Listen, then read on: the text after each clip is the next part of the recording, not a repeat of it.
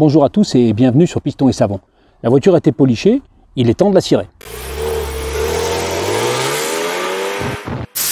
Piston et Savon. Je vous renvoie à ma vidéo précédente pour ce qui est du polish de la voiture. Maintenant, elle est nickel, elle a été entièrement reprise avec les produits Corkemi, les polish Corkemi.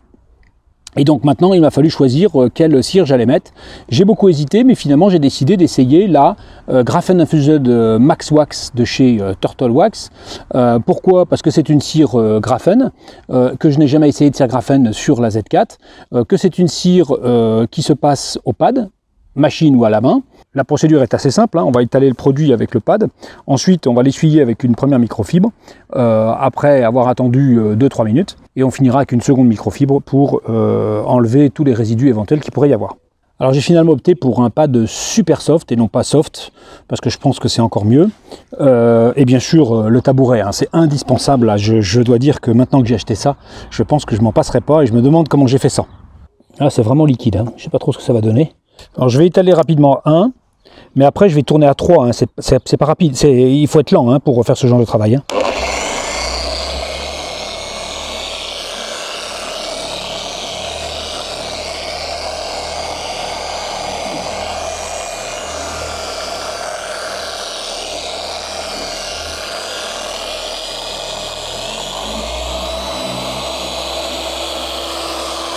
On peut être un peu plus rapide que pour du polish, c'est juste une cire qu'on étale. Alors comme j'ai 2 à 3 minutes, je vais refaire une passe ici, et puis après je m'occuperai de la première passe pour le buffing. Vous avez vu, j'insiste pas, c'est pas la peine.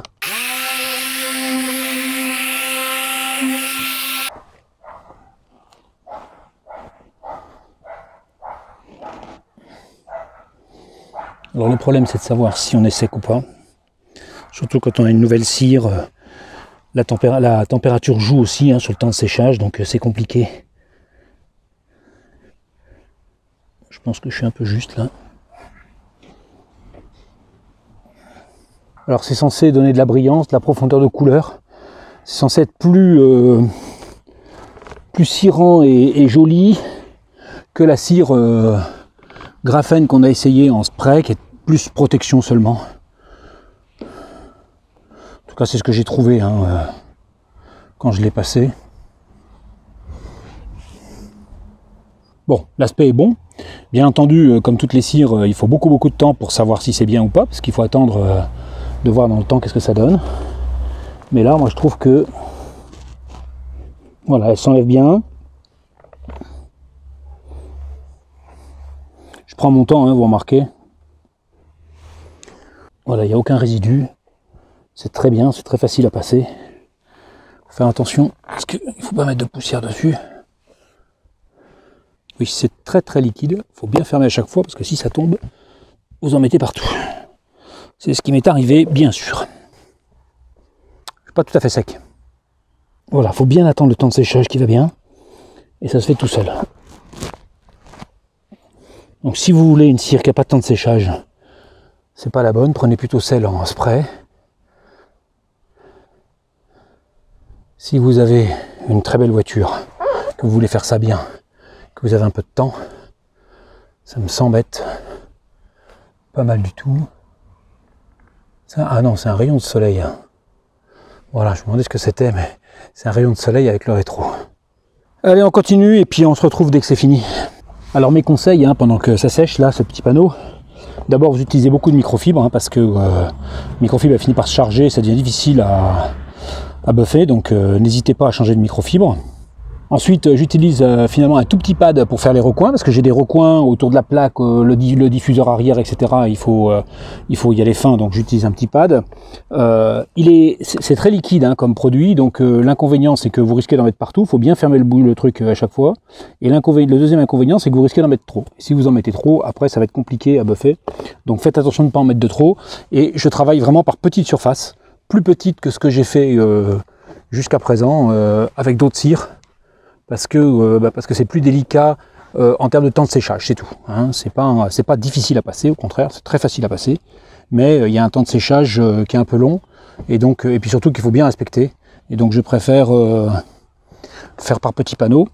Ensuite, si vous êtes sur un temps très sec et que vous avez du mal à buffer, vous n'hésitez pas, vous mettez un petit peu d'humidité sur votre microfibre comme ça, un peu d'eau sur votre microfibre, et vous allez voir, ça va être plus facile à passer. Il ne faut pas en mettre de trop, mais vous pouvez en mettre une petite giclée pour aider. Alors ça va dépendre beaucoup de la météo que vous avez, si vous êtes dans un endroit où il fait humide, ou si vous êtes dans un endroit qui fait extrêmement sec, comme moi aujourd'hui. Bien sûr, d'un panneau à l'autre, je fais un petit recouvrement, hein, comme ça je suis tranquille. Comme on voit bien ce qu'on fait, j'ai pas de souci sur de savoir où est le recouvrement. Là, de ce côté-là, c'est facile. La finition est bonne. Je trouve que la glisse n'est pas aussi exceptionnelle qu'avec une céramique, une cocarde par exemple céramique, hein, qui avait une glisse extraordinaire là. Mais on va voir quand on va laver ce que ça donne. C'est quand même une bonne glisse, hein, c'est pas je dis pas que ça glisse pas. Je dis juste que c'est pas mieux. Je pensais que ce serait plus, du fait du côté hydrophobe, que ce serait plus glissant. Mais non, pas plus. Alors j'ai fini, c'est un petit peu long parce que c'est pas une tirance près, hein, c'est plus long à passer, c'est plus long à buffer. Donc si vous voulez, vous avez 3 passages, hein, puisque au lieu de 2. Et donc, bon, faut pas croire que ce soit difficile, mais c'est plus long qu'une tirance près, ça faut être clair. Alors comme je vous l'ai dit dans la précédente vidéo sur le graphène, c'est pas un produit miracle, hein, il faut s'attendre à un côté hydrophobe, il faut pas trop s'attendre aux effets mécaniques. Sur la doc de cette cire, elle insiste sur la profondeur de la couleur, etc. Donc on va regarder le rendu. J'ai ma microfibre propre à la main, puisqu'il y aura toujours des traces qu'il faudra enlever, c'est inévitable. C'est difficile à voir sur la caméra. Je pense que le moins qu'on puisse dire, c'est que ça brille. Hein.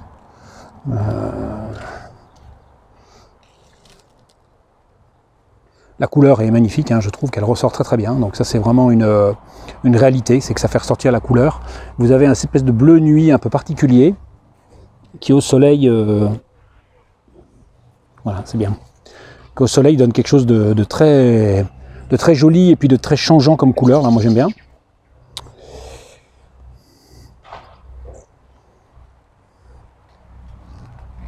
Donc je vous laisse regarder le résultat. C'est toujours difficile de juger d'un résultat comme ça sur une vidéo, je pense, mais bon. Ça me semblait sympa de vous montrer. En tout cas, c'est un miroir. Hein. Alors, ce qu'on peut dire, c'est qu'il y a un effet miroir certain, puisque, voilà.